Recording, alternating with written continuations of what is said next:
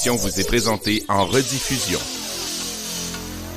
Sur Horizon FM, c'est Info Plus avec Guy Linjean.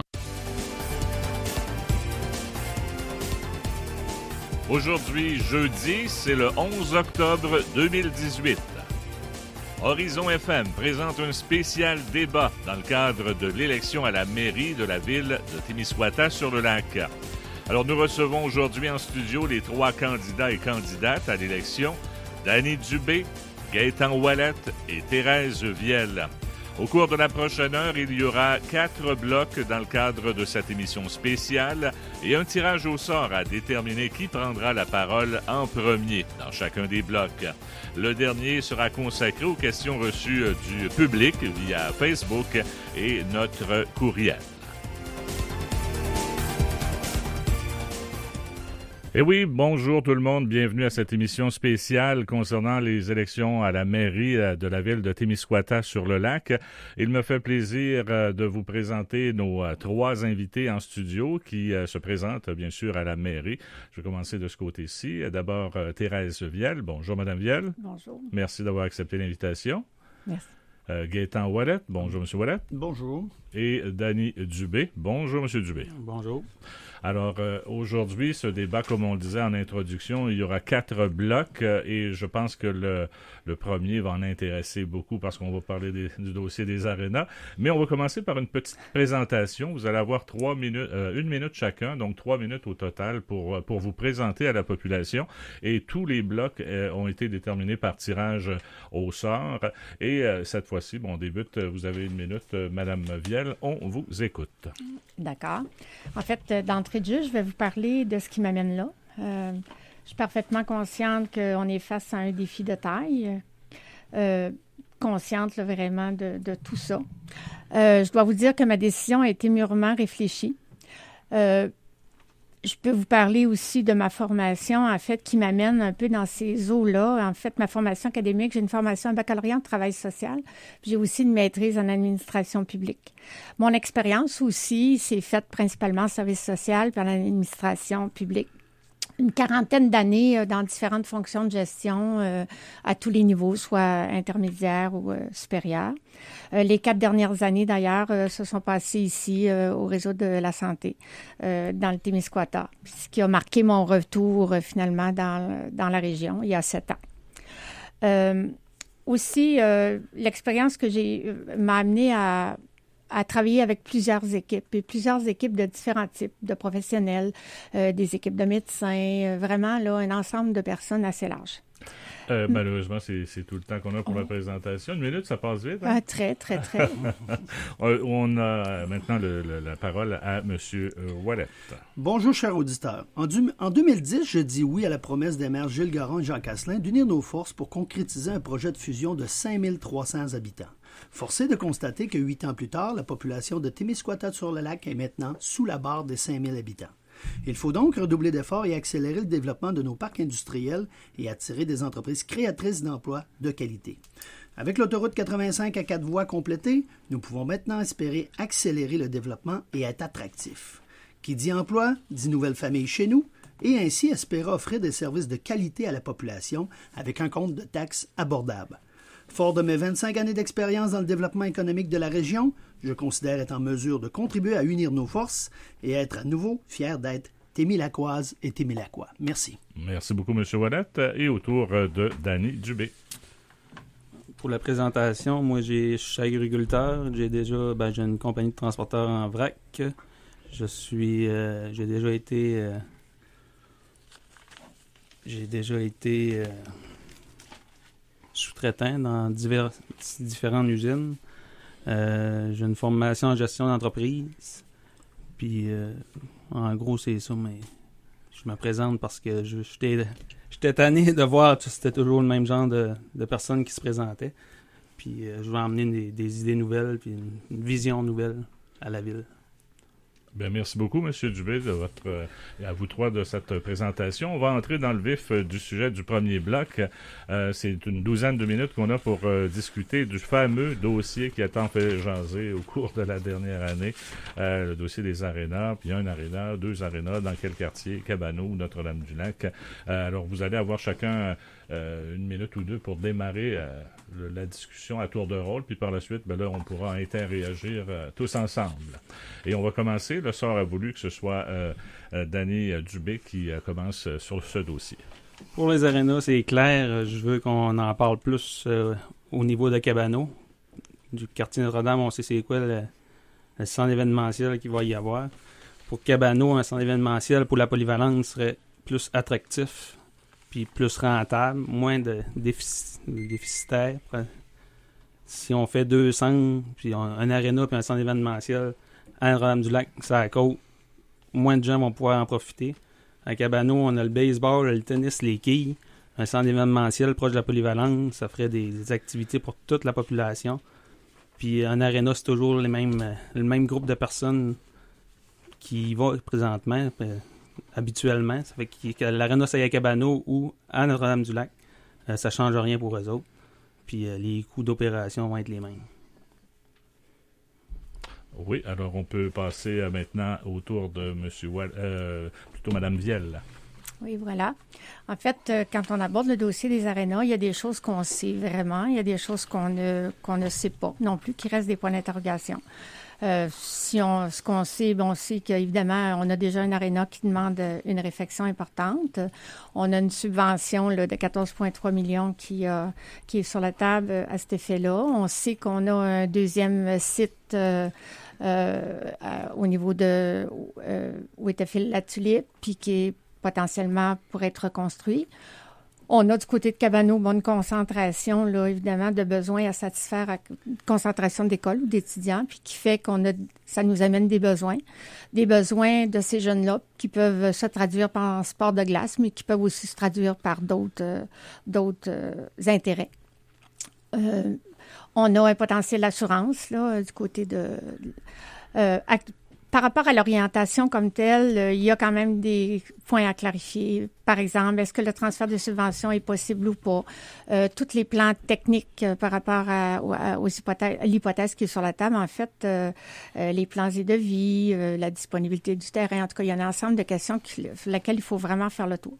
Par rapport à ça, moi, ma position, c'est de dire que prendre une décision pour un site ou l'autre avec cet état de connaissance-là, ce serait, en tout cas, comme gestionnaire, moi, je considère que ça serait peut-être pas très approprié. Il y a vraiment des choses à regarder. Par rapport au centre événementiel, je pense qu'il y a une considération à avoir. C'est important de ne pas concurrencer le privé. C'est pas le rôle des municipalités de faire ça. Est-ce qu'on a besoin d'accueil? Il faudrait le valider, en tout cas l'ampleur de ce besoin-là là, par rapport à l'accueil. Moi, ce qui me préoccupe beaucoup dans ça, c'est toute l'équité. C'est très important qu'on garde les 2 quartiers bien vivants, qu'on évite de les dévitaliser. La complémentarité aussi, pour rester attractif, puis aussi limiter les taxes. Puis la population a besoin de voir des résultats différents. Donc oui, regarder les choses, mais quand même arriver dans l'action assez rapidement. En bref, bien cerner les enjeux autour de ça. Important de regarder vers le futur pour ça. Donner la place aux citoyens au centre de la décision. Pas juste les gens qui parlent fort, mais la population. Il y a des questions importantes. Où est-ce qu'on veut s'en aller comme municipalité? C'est quoi les enjeux à long terme pour nous? Qu'est-ce qu'on veut être dans 20 ans? Parce que tous ces choix-là doivent se faire à la lumière de ça. Puis comment aussi intégrer la population dans le processus. OK. D'accord. On va y revenir de toute façon. Le point de vue maintenant sur ce dossier-là, M. Ouellet. Tantôt, je mentionnais d'entrée de jeu qu'on avait à la fusion en 2010 5300 de population. Maintenant, on est rendu à 4900 et quelques habitants. Donc, il faut réaliser que quand je fais du porte-à-porte, les gens me disent tout, on n'a pas de place pour 2 arénas avec 5000 de population.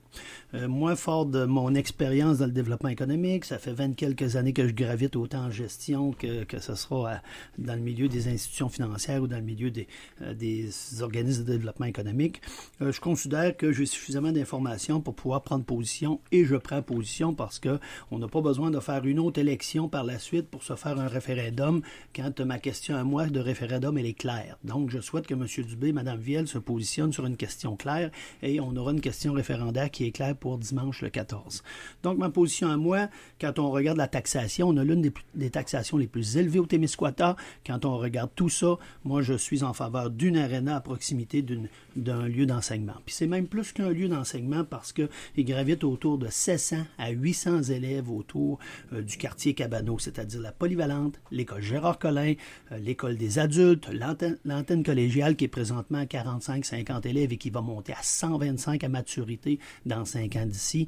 Donc, c'est tous des utilisateurs potentiels d'aréna. Donc, il y a un souhait à mon élection de faire entente avec la commission scolaire du Fleuve et des Lacs pour une utilisation pour des étudiants le jour, des adultes le soir, des activités la fin de semaine. Et il faut se dire qu'au Témiscouata, 4 arénas défont des déficits accumulés de 500 000 $ par année.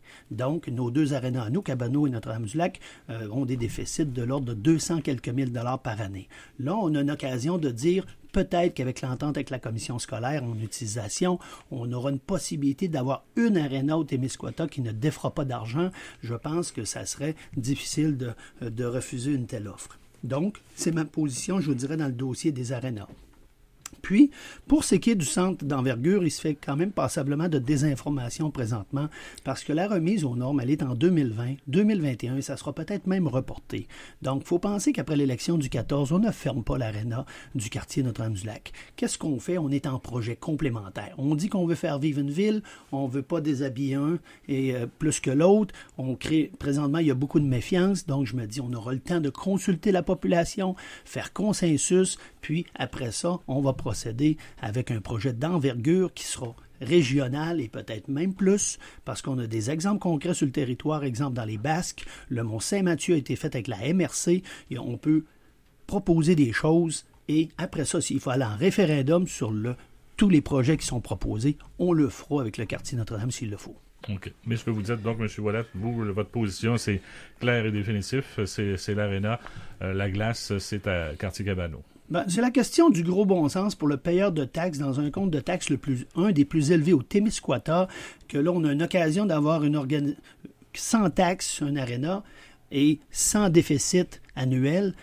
Difficile de faire autrement. Et pour Notre-Dame-du-Lac, dans le quartier, on fera un projet d'envergure complémentaire. Et Mme Viel, vous dites quoi de ça? Vous ne voulez pas vous mouiller avant l'élection? En fait, moi, ce que j'ai pas dit, mais que je dirais d'entrée de jeu, je suis d'accord qu'on a besoin d'un seul aréna. Ce que moi je questionne, c'est plutôt la façon. D'abord, je considère que c'est pas vrai qu'on a l'écoute des gens. C'est pas vrai que les gens nous ont vraiment dit ce qu'ils voulaient. Il y a une partie des gens qui l'ont dit, puis je considère qu'il y a un bout à faire là-dessus. Puis on base un choix de même sur des hypothèses. Pour moi, c'est pas très solide là comme base par rapport à ça. Quant à faire un référendum, bon, si la chose doit se faire à un moment donné, elle se fera. Mais moi, je considère que si on y allait vers un référendum, on va continuer à jouer dans la même dynamique qu'on est actuellement, contre l'autre. C'est ce dossier-là qui fait qui a amené beaucoup d'opposition puis qui a fait en sorte qu'on a bousillé le climat comme il est actuellement. Ça fait que moi, j'accepterai sûrement pas de jouer là-dedans. OK. Et vous, M. Dubé, toujours votre référendum, ce serait la solution? Hein? Oui, le référendum, mais je voudrais ajouter, M. Ouellet est clair et précis, un aréna à Cabano, mais on n'a pas la réponse du ministère. Si le ministère refuse, c'est quoi son deuxième choix? Mon deuxième choix, moi, je vais être très clair là-dessus. Étant donné que je souhaite donner confiance en la fusion à Témiscouata sur le lac quartier Notre-Dame-du-Lac, s'il faut laisser le 14,5 millions à Notre-Dame parce qu'on aura un projet d'envergure, puis je le dis d'envergure, je suis même prêt, en souhaitant que je vais gagner de façon décisive mes élections à la mairie, je vais retourner à Denis Tardy dans un gouvernement majoritaire à la CAQ, je vais lui dire, écoute, on a un chèque de 3,5, 3,6, on a notre tiers, viens mettre le tiers, et peut-être que Témiscouata sur le lac quartier Notre-Dame-du-Lac gardera son 14 millions.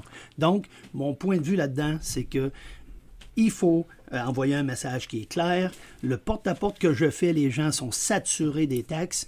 Il faut faire autrement, expliquer les dossiers et arrêter de faire des déficits accumulés. Et vous répondez quoi à la question de M. Dubé, si c'est pas transférable, finalement, la subvention? À ce moment-là, on regardera le projet qui est sur la table actuellement, où on verra est-ce qu'il doit être réalisé intégralement ou quoi, mais parce qu'il y a quand même une proposition qui avait été acceptée. Puis c'est sûr qu'il va falloir regarder tout ça, l'impact sur l'autre quartier et voir qu'est-ce qui pourrait être complémentaire, puis intéressant, puis qui répond aux besoins. Tantôt, on parlait de la clientèle scolaire. La clientèle scolaire ne fait pas que des sports de glace.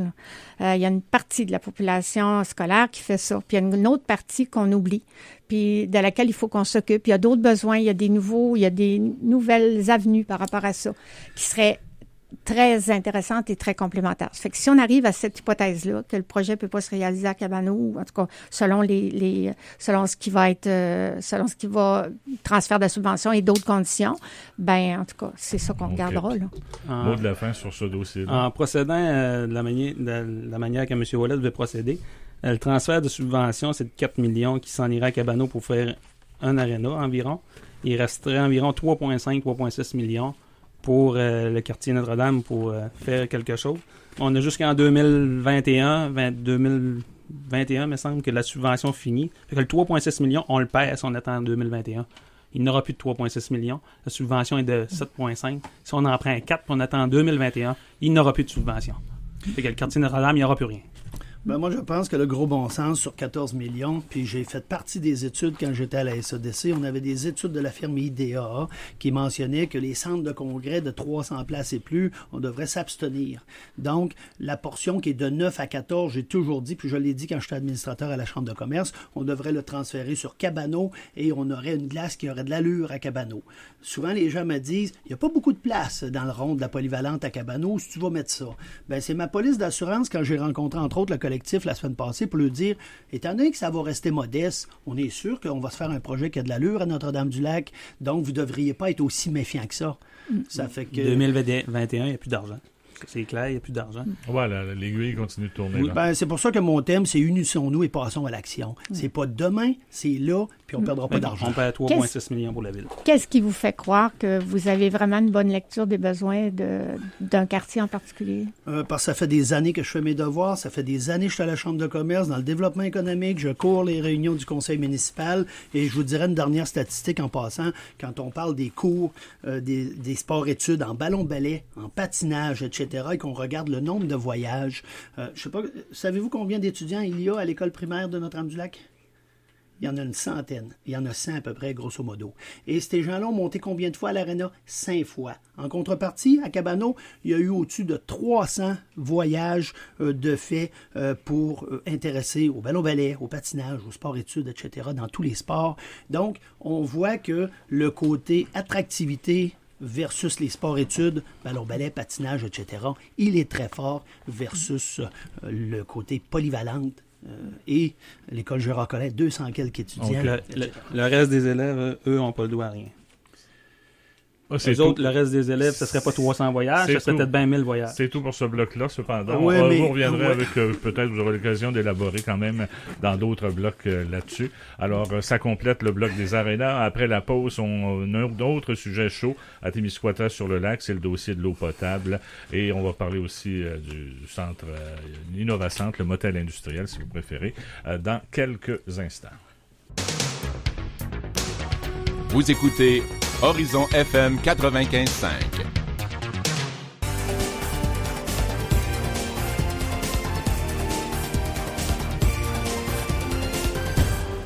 C'est l'émission Info Plus, version émission spéciale débat des candidats et candidates à la mairie de la ville de Témiscouata-sur-le-Lac. Pour ceux qui viennent de se joindre à nous, on a 3 invités en studio. On va parler dans le deuxième bloc d'un autre dossier chaud, c'est celui de l'eau potable. Aussi, il est question de Innovacentre, oui, motel industriel. Et dans l'ordre, cette fois-ci, on débute avec Gaétan Ouellet pour ouvrir la discussion. Oui, donc l'information qu'on en a présentement, une station neuve aura coûté 9 millions, un raccord coûte 12 millions, on dit qu'il y a un retour d'investissement sur 9 ans environ.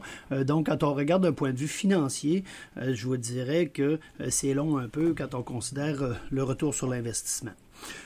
Encore une fois, quand je consulte les gens de Cabano disent, écoute, nous, l'eau, on en a, etc. Je rencontre des gens, exemple, sur la 232 Est et la 232 Ouest, dans le rang des Érables, et qui me disent, avant de donner de l'eau à Notre-Dame-du-Lac, au quartier, pourquoi est-ce qu'on n'a pas une planification pour en avoir chez nous? Et c'est possiblement la même chose dans le quartier de Notre-Dame-du-Lac.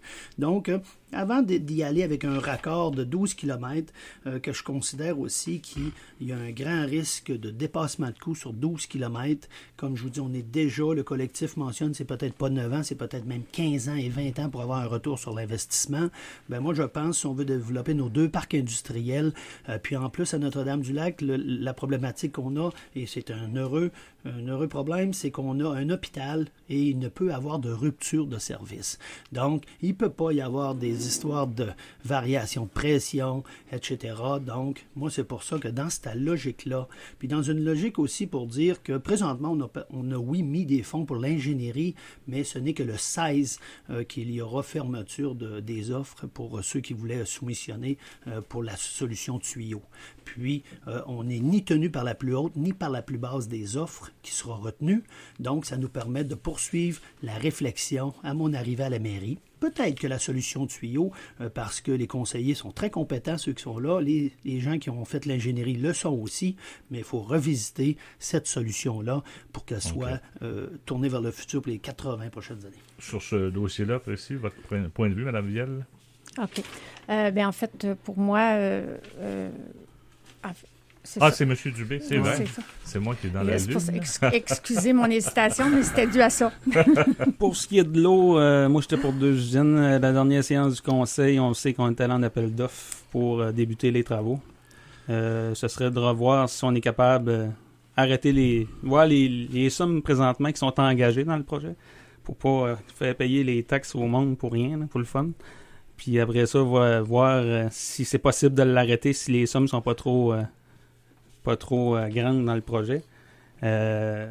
Présentement, moi, ce serait 2 usines par rapport que madame, à la dernière réunion du conseil, il y a eu des questions. Puis là, il y a eu une question, c'est après 40 ans, on fait quoi si on manque d'eau à Notre-Dame-du-Lac? La réponse a été, on engordera pour faire une usine à Notre-Dame-du-Lac. Là, on est présentement en train d'analyser les dossiers des FSUI. Pourquoi pas le faire tout de suite, l'usine à Notre-Dame-du-Lac? La deuxième question, c'était que présentement, le tuyau n'est pas posé encore pour emmener l'eau à Notre-Dame-du-Lac. Puis le conseil, la dernière réunion, ils ont dit, le conseil, en tout cas, quelqu'un d'autre, Mme Caron, a dit que les gens de Notre-Dame-du-Lac étaient de très mauvais utilisateurs d'eau. On consommait trop présentement à Notre-Dame-du-Lac. Il fallait apprendre à mieux consommer l'eau. Ça veut dire que le tuyau n'est même pas posé encore, puis on commence déjà à dire qu'on va manquer d'eau. Fait que ça va pas bien. Autour de Mme Vielle. Oui, voilà. En fait, il y a des choses, c'est un peu comme pour le dossier de l'Arena, il y a des choses qu'on peut constater actuellement, qu'on sait. Il y en a d'autres qu'on peut se questionner. Tant qu'à moi, je pense que le choix doit être revu. Est-ce qu'il va se conclure par deux usines? C'est possible, mais il y a de vraiment bonnes questions. On sait qu'on a une usine à Notre-Dame qui coûterait à peu près 9, on l'a dit tout à l'heure, à peu près 9 millions, 9,3. Dans le cas de Cabano, ça serait pour le raccordement, là, ça serait de 12,9 à peu près. C'est vrai que le dossier est très avancé, mais moi aussi, je suis d'accord qu'il y a encore moyen de réviser. Il y a des résolutions, ça s'abroge. Évidemment, il faudrait que ça se fasse dans le souci de ne pas dépenser d'argent qu'on a. Mais la première étape qui se fait actuellement doit être faite de toute façon. En tout cas, dans ma connaissance du dossier, c'est ce que j'ai entendu. Donc, ça impliquerait pas nécessairement des coûts supplémentaires. Ce qu'on ne sait pas, c'est jusqu'où on est engagé actuellement, justement, pour toute la poursuite du dossier. Là, ça va être important. C'est quoi les coûts à long terme? C'est quoi l'impact sur le développement des 2 quartiers? Par exemple, si on avait, je sais pas, une autre usine, genre du Breton ou quoi, dans le quartier Notre-Dame, par exemple, est-ce que le fait d'être accordé à une usine qui est pas dans le même lieu, ça a un impact? En tout cas, ça serait des questions. Pas plus cette question-là que d'autres, mais ça en est une entre autres. c'est quoi la charge fiscale? C'est important que ce soit équitable. Si on règle un problème pour l'ensemble de la municipalité, ça implique tout le monde.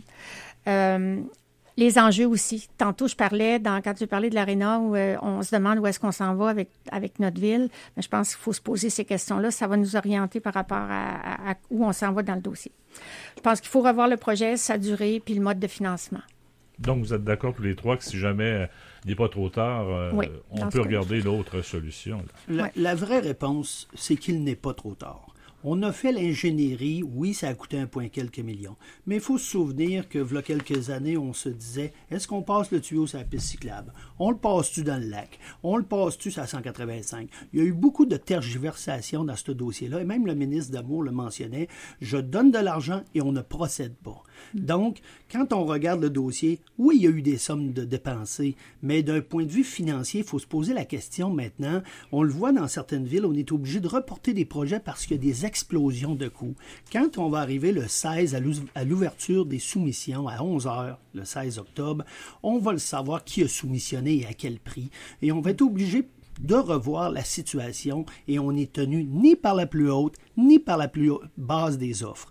Donc, quand on dit qu'à la mairie, on va devoir donner l'information de façon transparente, je ne dis pas qu'ils ne la donnent pas, mais ils ne donnent pas toujours 100% de l'information, qu'est-ce qui nous permettrait d'avoir une lecture efficace. Donc, la logique, c'est de dire, attendons d'ouvrir les offres, on va savoir comment ça coûte, on n'est ni tenu à la plus haute ni à la plus basse. Comme je vous dis, 12 km. Écoutez, à Cabano, à l'avant du garage d'Anne Mécanique, on a été 2 ans dans Garnotte parce qu'il y avait toujours un imprévu qui suivait un autre imprévu, puis on était à l'intérieur d'un rond de 500 mètres. Ça fait que je me dis, sur 12 km, on peut avoir royalement des surprises. Donc un autre mot là-dessus? Oui, une usine, c'est ça, c'est 40 ans qu'on la paye présentement. Puis si on manque d'eau dans 40 ans, moi, ça ne m'intéresse pas de recommencer à payer une deuxième usine.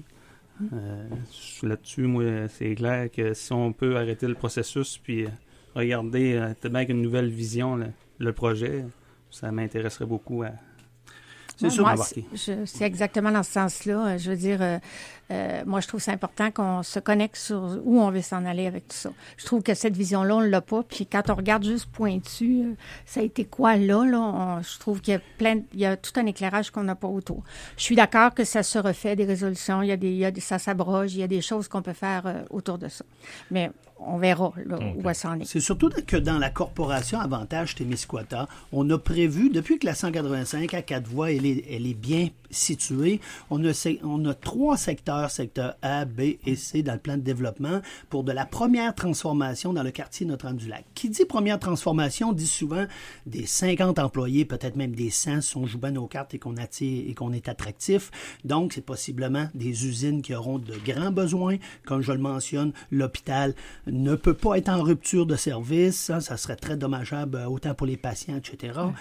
Donc, il y a lieu de réanalyser le dossier et comme je mentionne, il y a plusieurs rues encore, que ce soit à Cabano ou à Notre-Dame-du-Lac, qui auraient peut-être besoin d'une planification stratégique avant de dire c'est un tuyau qui donne alors qu'on pourrait avoir plus de capacité que 2 indépendants. Donc, dans ce dossier-là, je comprends, si vous êtes élus, là, vous trois, c'est pas coulé dans le béton. Là. Non. Puis il y a un enjeu important qu'on n'a pas parlé par rapport à l'eau, c'est toute la question de la santé, parce qu'il faut comprendre que dès présentement, là, il y a une partie de la ville qui a une eau qui est pas de qualité supérieure et qui doit être, en tout cas à court terme, il va falloir qu'on trouve des solutions. Puis c'est pas des solutions long terme. Déjà, on avait des avis en 2012. Il faudrait que ces avis-là soient peut-être rafraîchis, là, mais ça demeure encore. Il y a un quartier qui reçoit l'eau.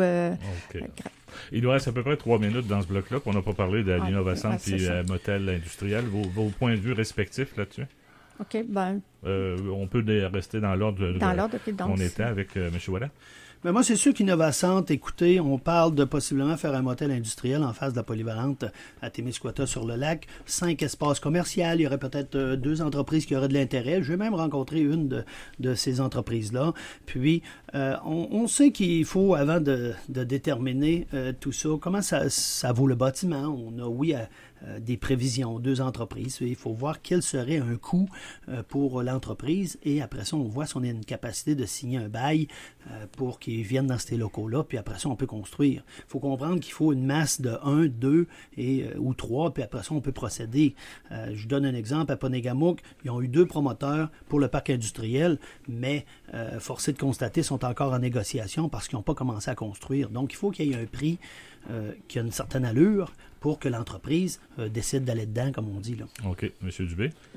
Oui, moi, je suis pour le développement, je suis pour que ça se réalise, mais la façon que ça se fait, j'aime pas ça présentement parce que il y a une des séances des conseils, on disait que Notre-Dame, c'était plus un quartier de première transformation.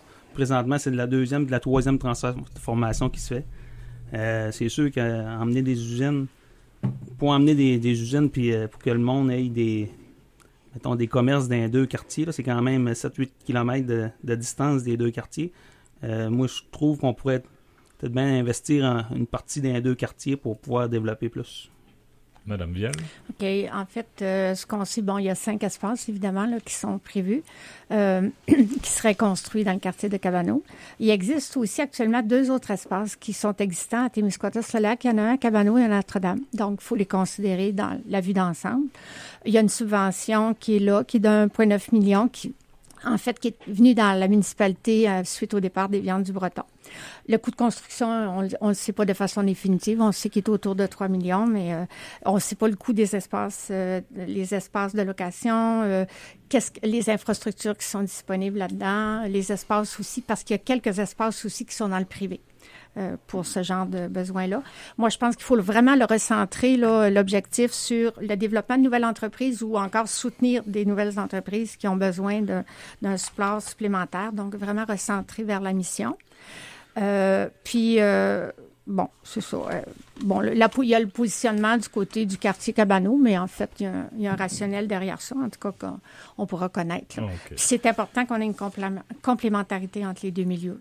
Parfait. Toujours, parce que présentement, l'option justement de la Ville, c'est de dire la première transformation, est-ce qu'on pourrait la positionner dans un secteur A, B et C de Notre-Dame-du-Lac et la deuxième transformation, la troisième transformation, prenez un exemple quand vous montez, exemple à Drummondville, et que vous êtes sur le bord de l'axe routier, on voit les entreprises et il y a là une attractivité et un bon marketing à y faire pour certains. Donc, je dis pas qu'à Notre-Dame-du-Lac, il n'y a pas cette possibilité-là. Il pourrait, certaines entreprises, s'ils viennent puis ça le tente, ils vont être à Notre-Dame-du-Lac sans problème. Là, OK. Ça complète malheureusement ce bloc. Sans ça, on va manquer de temps pour compléter notre prochain bloc. Alors, on revient avec un 3e bloc dans quelques instants. Puis là, ça va être intéressant de savoir ce que nos candidats et candidates, comment ils voient la ville de Témiscouata-sur-le-Lac au cours des prochaines années. Cette émission vous est présentée en rediffusion.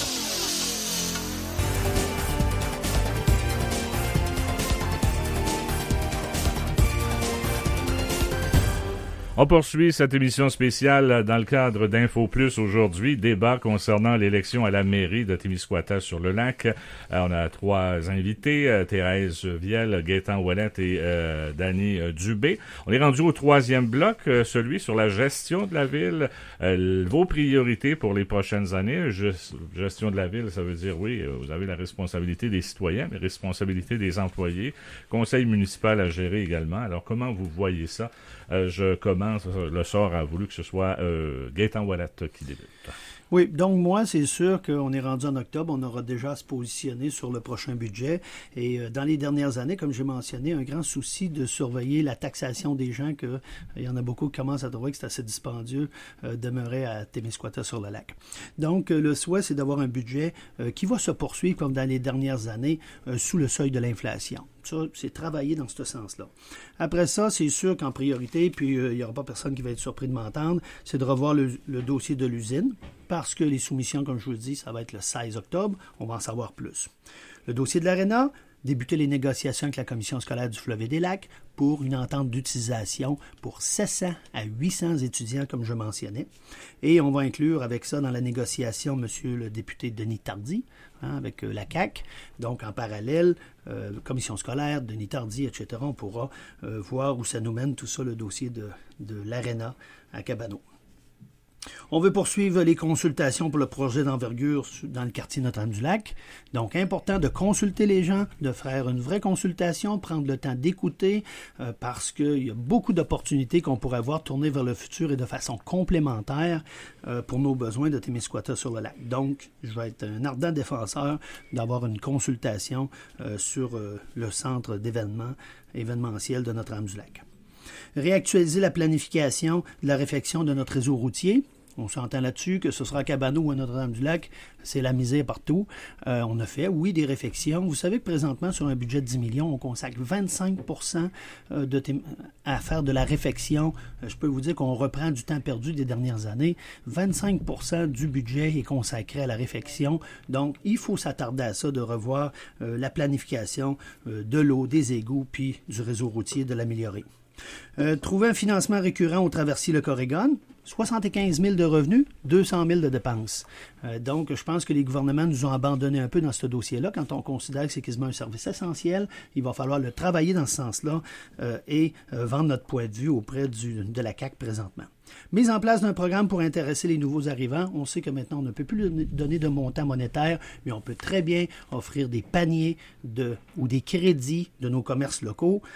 Puis, tout ça pour encourager la migration. J'ai trouvé au débat, là, 2 semaines, Mme Ginette Bégin avait fait une belle image en disant qu'en politique, on parle souvent d'immigration, mais ça serait intéressant de s'attaquer à la migration, c'est-à-dire que les gens qui s'en vont tous à Québec et à Montréal, on pourrait être plus attractifs et les amener en région chez nous, puis ça aiderait pour la main-d'œuvre, ça aiderait pour dynamiser le milieu. Puis indirectement, ça sera mon petit plaisir personnel, essayer d'exempter avec le gouvernement la taxe de bienvenue pour les régions. Ça aussi, ça sera un incitatif intéressant. C'est un beau plaisir pour les nouveaux venus aussi. Puis, peut-être juste 2 petits points vite fait. Protéger notre lac exceptionnel avec une station de lavage de bateaux à Notre-Dame-du-Lac. Quand on pense à la Moule-Zébry, etc., il n'y a pas présentement de station de lavage. Accélérer la mise à niveau du Petit-Témis, puis améliorer le service à la clientèle de la ville aussi. Je trouve que présentement, souvent on appelle pour on nous relaye à l'accès à l'information. Je pense qu'il faut comprendre que le payeur de taxes est un client. Il va falloir revenir à un certain service à la clientèle avant de continuellement nous envoyer à l'accès à l'information. OK. Autour maintenant de Mme Viel. Oui. En fait, au-delà, je dirais, des dossiers courants qui sont sur la table, qui évidemment vont demander une attention rapide parce qu'ils sont là puis ils doivent être réglés. Moi, je trouve qu'il faut qu'on regarde un peu plus haut dans tout ça. Quand on parle de gestion, en tout cas d'une gestion d'une ville, je pense qu'on parle de gestion, on pourrait parler de gestion municipale, puis on pourrait parler de gestion de la ville. Gestion de la ville, c'est vraiment le pratico-pratique, les services et tout ça. La gestion municipale, bien, c'est ce que je parlais tantôt, les orientations, où est-ce qu'on s'en va, est-ce que les gens nous suivent là-dedans, est-ce qu'on est tout à la même place. Par rapport au conseil, par rapport à l'équipe du conseil, puis ça doit se refléter, les valeurs qu'on a aussi par rapport à ça. Moi, je trouve que, je le répète, peut-être, il y a 2 questions fondamentales qu'il faut se poser. Qu'est-ce que le centre de la population veut? Puis, est-ce qu'on sait où est-ce qu'on s'en va aussi, comme municipalité? La vision de développement qu'on a, là, elle doit être partagée avec l'ensemble de la population. Puis, faut s'ouvrir aussi sur le plan régional, parce que c'est un peu la même logique, là. On n'est pas tout seul au monde. Mes priorités pour moi, ça serait de travailler sur le climat social. Parce qu'actuellement, l'état du climat fait en sorte qu'il y a beaucoup de choses qui sont difficiles ou qui sont impossibles et on ne sera pas capable d'amener l'unanimité là-dedans, ou tout au moins, l'unanimité, le mot est peut-être fort, mais en tout cas, au moins, là, une acceptation de tout ça. Il faut vraiment ramener la confiance des citoyens parce qu'elle n'est pas là. Puis ça va être important aussi de distinguer qu'est-ce qui revient au conseil en termes de décision, puis qu'est-ce qui revient à la population aussi là-dedans. La loi 122 nous parle qui encadre là, les municipalités, nous amène à travailler au niveau du développement durable, mais en lien avec la participation, l'engagement des citoyens, l'accès à l'information. C'est majeur. Fait que pour moi, c'est important. Puis il y a une vigilance à avoir, j'en parlais tout à l'heure, dans la dynamisation des 2 quartiers, dans le contrôle de la charge fiscale. Effectivement, c'est important. Puis qu'on se mette des mécanismes de revision aussi. Tu mets pas quelque chose en place, puis là, 10 ans après, tu te questionnes, où est-ce que je suis rendu avec ça? Je pense qu'il faut qu'on le fasse. On est citoyens de la même ville, puis on doit faire ça ensemble. OK. À votre tour, M. Dubé. En arrivant à Pouce, je vais prendre connaissance des dossiers. Premièrement, les dossiers sont pas tous clairs. Il va falloir les étudier pour voir où ils sont rendus avec les dossiers, puis comment ils se comportent. Essayer d'emmener de la part du conseil plus d'explications, informer les gens mieux sur les projets à venir. Évaluer les coûts des nouveaux. Avoir vraiment les coûts réels là, des projets qui s'en viennent. Avoir une nouvelle vision du développement de la ville. Emmener des industries. Essayer d'emmener nos forces au Témiscouata. C'est le bois, c'est l'agriculture, c'est la sériculture. C'est emmener des usines de transformation dans ce sens-là pour développer la ville, pour que nos jeunes puissent revenir en région travailler, puis penser à nos aînés pour qu'il y ait des activités puis qu'ils peuvent avoir une joie de vivre dans notre quartier qui est Témiscouata sur le lac. Hein. Puis c'est ça en gros. Là. Faut commencer, faut-tu prendre connaissance des dossiers, puis après ça, tu avances avec ça. Puis comment on fait pour réunir les deux quartiers? Parce que souvent on entend, puis sur les réseaux sociaux, on a l'impression que Cabano veut tout avoir. C'est ce que disent les gens souvent de Notre-Dame-du-Lac. Puis Cabano disent, ils veulent tout, puis ils sont pas contents. Puis comment on fait pour réunir ces deux quartiers-là? Moi, je pense que c'est difficile de demander à la population d'être solidaire quand le conseil municipal, entre eux, ont toujours des faibles majorités, ont une difficulté de rallier l'unanimité dans les dossiers. Moi, c'est que je dis, il va falloir déjà que ça commence par un certain leadership à la mairie qui est capable de faire des discussions pour faire vivre une fusion. On le sait, les premières années sont toujours douloureuses. Hein? Donc, il faut essayer de rallier l'unanimité. Plutôt que prendre des décisions à la simple majorité, on devrait continuer de discuter parce qu'après ça, on souhaite que les conseillers du quartier Notre-Dame-du-Lac, comme du quartier Cabano, repartent à leurs électeurs et puissent dire « Voici la position qu'on a, on est solidaire, on se tient et on pense que c'est la solution. » Puis après ça, moi je pense que ça va être le bon départ de rassurer la population puis se dire « Ils parlent d'une seule voix et pas de 6 voix différentes. » là. En fait, moi, ce que je peux dire par rapport à ça, je considère que si oui, c'est vrai qu'il faut qu'il y ait un leadership au niveau du conseil, mais ce leadership-là, il doit aussi se faire, comme je disais tantôt, il y a un engagement partagé avec la population là-dedans. Fait que, tu sais, si on veut imposer les décisions, si on veut, je pense pas qu'on va contribuer d'une quelconque façon là à améliorer le climat, puis à faire qu'il y ait moins d'antagonisme, puis qu'on sache ensemble. Fait que moi, je persiste à dire qu'il faut vraiment qu'on s'occupe de... Puis ça va se faire, ça, à travers l'information, ça va se faire en expliquant très bien les projets, puis en allant voir tout le monde, qu'on ait tous les points de vue. Monsieur Dubé?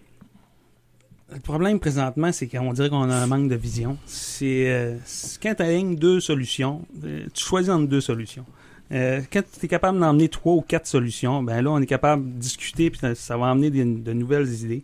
Puis présentement, c'est ça que je pense. Il y a un manque de vision, d'idées présentement par la part du conseil. C'est tout le temps le débat entre une ou l'autre idée. Puis s'il y en aurait une 3e, ce serait peut-être bien elle la solution. Puis moi, je veux l'apporter, cette 3e idée-là. OK. Donc, en gros, puis concernant la gestion de la ville, rapidement, parce que M. Garon, l'ex-maire, était très apprécié des employés municipaux. C'est important, d'avoir des employés heureux, contents, qui travaillent pour la ville aussi. Moi, je pense que la fusion nous a permis d'avoir le meilleur des deux anciennes entités. Puis, oui, on a du personnel en nombre suffisant qui sont capables de donner de l'information. C'est pour ça qu'on devrait se réjouir d'une fusion et de revenir à pourquoi on s'était fusionné en 2010. Avoir une masse critique, on a 25% de la population du Témiscouata. Gilles Garon souhaitait en faire une ville-centre et c'est vrai, on n'est pas un dortoir de Rivière-du-Loup, on est capable de se développer et avoir une autonomie dans le développement économique. Donc, il faut revenir à ça. On a des employés compétents, puis on va les mettre au service. Exemple, la Corporation Avantage avec Pierre Bossé, valoriser les parcs industriels. L'axe routier est maintenant prêt pour les accueillir. Okay. Il faut se mettre en action. Rapidement. Oui, effectivement, c'est très important de valoriser les employés. Ils font un excellent travail. D'abord, de le connaître, ce travail-là, parce qu'évidemment, comme nouvelle arrivée, je pense que une des premières choses après l'équipe du conseil, c'est de s'assurer de ce que les gens font, qu'ils puissent nous vraiment connaître la qualité. En fait, la qualité, on l'observe. Je suis quand même citoyenne, mais ajouter à ça vraiment avoir une connaissance plus pointue, puis une connaissance des gens surtout, puis une reconnaissance des gens là-dedans. OK. En terminant, M. Dubé, sur les employés? Les employés, on en a toujours besoin. c'est eux autres c'est avec eux autres qu'on peut développer puis qu'on peut avancer dans une ville. C'est la qualité c'est emmener des emplois plus rémunérés pour avoir un meilleur développement de la ville. C'est ça en gros. Là, OK. Ça va compléter ce bloc-là. On reviendra pour un dernier bloc avec quelques questions des auditeurs et le mot de la fin pour chacun pour inviter les gens à voter parce que ça s'en vient, là, l'élection, c'est le 14, vous savez ça? Vous allez travailler fort? Oui. Alors, on revient dans un petit moment. Je n'ai que mon âme, de parler de moi. Tocadéo, 4 chanteurs tirés à 4 épingles, vous présentent 4 décennies de grandes chansons. Ce vendredi 12 octobre au Centre culturel Berger. D'un musicien qui fait jouer ses mains sur un morceau de bois. Achetez vos billets maintenant au 867-6666 ou sur rdlanspectacle.com. Le Garage Gilles Lachance à Haute-Claire vous offre le meilleur service au meilleur prix pour la vente et la pose de pneus dans la région. Profitez d'un rabais jusqu'à 70$ à l'achat de pneus d'hiver Toyo, des pneus qui s'agrippent vraiment et qui ne nécessitent aucun clou. Également, profitez du spécial changement d'huile et vérification en 25 points à seulement 38,95$. 50 ans d'expertise en mécanique auto, camion, VTT et tracteur, c'est rassurant. Réservez votre place dès maintenant. Garage Gilles Lachance, Haute-Claire, ouvert 7 jours, 88 899 24 89. De plus, nous offrons sur place pour les chasseurs la pesée d'orignal et chevreuil pour l'association de chasse du Bas-de-Lay.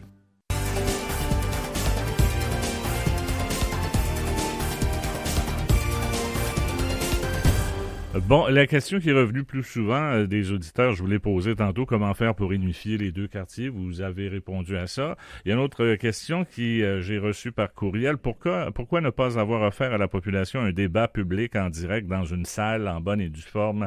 Estimez-vous réellement que les citoyens, la masse, a suffisamment été informés de vos programmes respectifs? Rapidement. Bon, moi, je pense que... Bon, peut-être que ça aurait été intéressant. Par contre, je pense que le débat d'aujourd'hui va permettre ça. Là. Va répondre à... Oui, il va permettre ça. Ça fait que... S'ils veulent le faire, on a encore 2 jours. Moi, je pense qu'il y a plusieurs groupes qui sont actifs. La coalition, le collectif. Il y a même des gens qui sont quasiment mûrs pour une diffusion ou en jaser. Il y a beaucoup d'organisations qui s'est mis à l'ouvrage pour recueillir de l'information. Donc, je pense que les citoyens ont une capacité de s'informer pour prendre position. Parfait. Alors, cette question était de Laval. Une question de André, maintenant. C'est pour Mme Viel. Concernant le dossier des arénas, vous dites vouloir être à l'écoute de la population Témiscouata-sur-le-Lac dans ces 2 quartiers. Si, par suffrage ou sondage ou même consultation publique, la majorité de la population prouve son désir de construire un seul aréna sur le terrain de la commission scolaire dans le quartier Cabano, pouvez-vous assurer les électeurs que vous mettrez en chantier ce projet rapidement? Ce que j'ai dit plus tôt, je pense, est garant de ça, dans le sens que pour moi, si je connais vraiment ce que les gens veulent, pas seulement certains groupes, je dirais, de la population, mais l'ensemble de la population, c'est clair que mon engagement à moi, c'est d'aller vers ça. OK. On est déjà rendu au mot de la fin. Vous allez avoir 1 minute à tour de rôle pour inviter les gens à aller voter dimanche, le 14 octobre. Et par tirage au sort, ça s'est fait là aussi également. Et c'est M. Gaétan Ouellet qui débute. Témilacoises et Témilacois. Tout au long du débat, je vous ai fait la démonstration de ma connaissance des dossiers et de ma capacité à proposer des idées porteuses de développement durable. Faire vivre une ville fusionnée demande des habiletés relationnelles, une capacité d'écoute et travailler sans relâche à faire consensus. Tout au long de cette course à la mairie, j'ai pris position dans les dossiers et je souhaite en faire tout autant à titre de maire de Témiscouata-sur-le-Lac. Cessons de regarder le passé, tournons-nous vers le futur, fort prometteur. Avec nos employés municipaux compétents, nos 50 millions de projets à réaliser, nos parcs industriels à promouvoir afin d'attirer de nouvelles familles, le tout avec un compte de taxes abordable. Les autres candidats proposent le changement demain, moi je le propose maintenant. Unissons-nous et passons à l'action. Merci beaucoup, M. Ouellet. Maintenant, ce sera au tour de Mme Viel, Thérèse Viel. Non, je suis la 3e. C'est vrai, j'ai regardé une ligne plus haut, moi, là. C'est Danny Dubé qui est prêt, d'ailleurs. Moi, présentement, je veux amener des industries dans la région pour nos jeunes, pour qu'ils travaillent puis qu'ils reviennent en région. Dotons-nous des infrastructures divertissantes, sociales et communautaires pour nos jeunes et moins jeunes, à des endroits stratégiques où les gens pourront profiter des installations que la ville Témiscouata-sur-le-Lac mettra en place. Continuons de travailler pour connaître notre ville, continuons de travailler pour faire connaître notre ville, pour amener le tourisme, ce qui est bon pour l'ensemble de l'économie locale. Puis, mais surtout, travaillons ensemble comme une grande famille où nous pourrons être à l'écoute des gens, des quartiers et réalisons de belles choses pour faire une ville accueillante où il fait bon de vivre, avec des bons services pour la population, avec un niveau de taxation le plus bas possible. Si vous voulez quelqu'un de vrai, qui a toujours habité à Témiscouata-sur-le-Lac, avec une vision dynamique, qui souhaite le retour de nos jeunes dans la ville, votez pour moi, Danny Dubé. Merci beaucoup, M. Dubé. Et pour clore le tout, c'est vrai, c'est Mme Viel. Thérèse Viel, on vous écoute. Merci. En fait, je pense que je suis la candidate qui amène le plus une approche inclusive. Je pense que ça, c'est très important par rapport à ce qui se passe actuellement. Je suis capable de faire des diagnostics positifs, constructifs, puis qui impliquent toute la communauté. Je trouve très important qu'on intègre le social puis le communautaire dans ce qu'on fait, pas juste l'économique et le politique.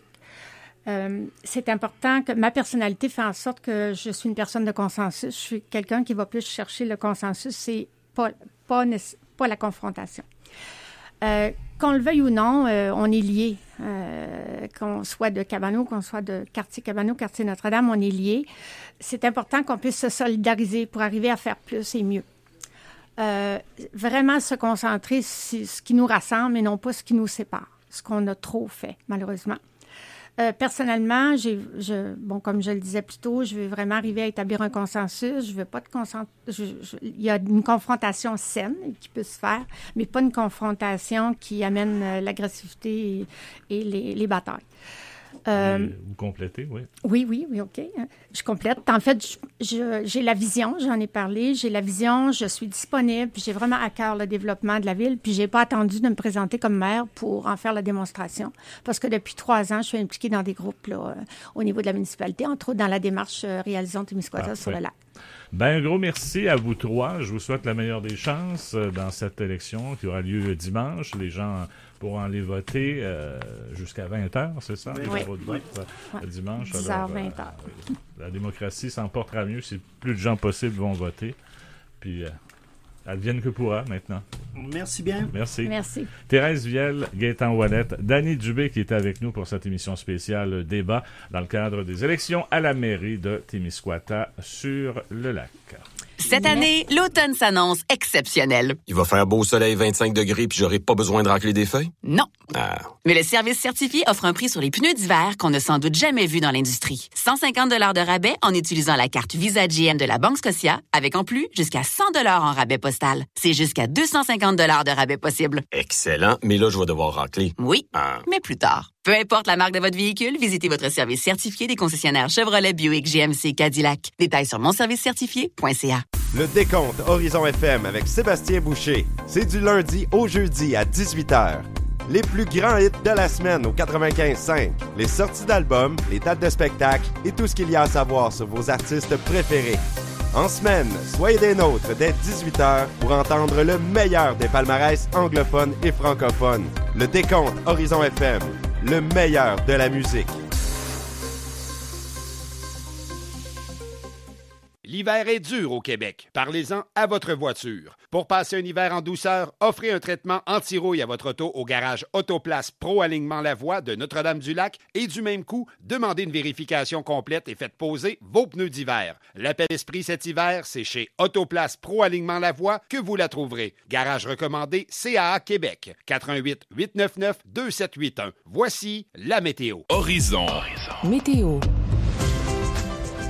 Alors oui, ce soir, cette nuit, c'est de la bruine, nappe de brouillard, température à la hausse pour atteindre 8 au cours de la nuit. Demain, généralement nuageux avec 30% de probabilité d'averse, maximum de 12. Et samedi, c'est alternant soleil-nuage, maximum de 7. On arrive déjà à la toute fin de l'émission, cette émission spéciale qui s'est bien conclue par ce débat fort intéressant. Bonjour Sébastien. Hey, bonjour. Ben oui, quand il y a des débats comme ça, hein, j'arrive un peu tard. On est sur le tard de l'émission. Oui. Mais merci de m'accueillir quand même. J'ai respecté mon horaire. Tout à fait. Ils ont été studieux, mes invités. Oui, ben je trouve ça intéressant aussi de les entendre. Là, ton émission aujourd'hui? Aujourd'hui, beaucoup de choses. Là, c'est sûr, on va suivre ce qui se passe. Je pensais le faire avec toi en fin d'émission, mais là, je vais reporter ça un petit peu plus tard. On va voir ce qui s'est passé avec l'ouragan Michael. Ça a été dévastateur, très violent. J'ai vu les images, c'était épouvantable. L'affaire des voiliers, là. Je sais pas si tu as vu, mais à Panama City, des voiliers qui fonçaient les uns dans les autres, là, les voiliers garés, et tout ça est complètement détruit. Alors vraiment, ça a été extrêmement violent dans ce qu'on dit. Alors, je vous ferai un compte-rendu complet. 2 morts qui ont été annoncés jusqu'à présent. Un bilan qui pourrait bien sûr s'alourdir avec toutes les conséquences qu'il y aura de ça, là, mais quand même. Jusqu'à présent, on a annoncé 2 morts. Et puis, il y aura plusieurs autres choses. Chronique du ciel avec Sylvain Lacroix. Aujourd'hui, on parle des missions spatiales. Caroline sera là pour nous faire découvrir une dernière chanson cubaine cette semaine. Et on fait vraiment le tour du globe de ce qui se passe à l'international. Et tes Canadiens jouent ce soir aussi oui, à la maison. Monsieur. C'est le premier L'inauguration match. du Centre Bell, certainement. Alors, on va écouter L'inauguration du Centre Bell? Ben, c'est le premier match. Le match inauguratoire des Canadiens de la saison. De la saison, okay. C'est ça. Okay. Puis on fête la 25e coupe. La 25e, pas de coupe. Ben, on va l'espérer qu'au moins... On fête la dernière coupe, je pense, de 93. Ça se peut-tu, ce soir? Ben, je sais que les invités, c'est ça. Là, les gens qui étaient là à l'édition 93, il y a beaucoup de joueurs qui sont présents à l'avant-match. Il faut fêter le passé parce qu'il n'y a pas de quoi fêter le présent. Salut Sébastien. Bye-bye. Bonne émission tout le monde. Bye-bye.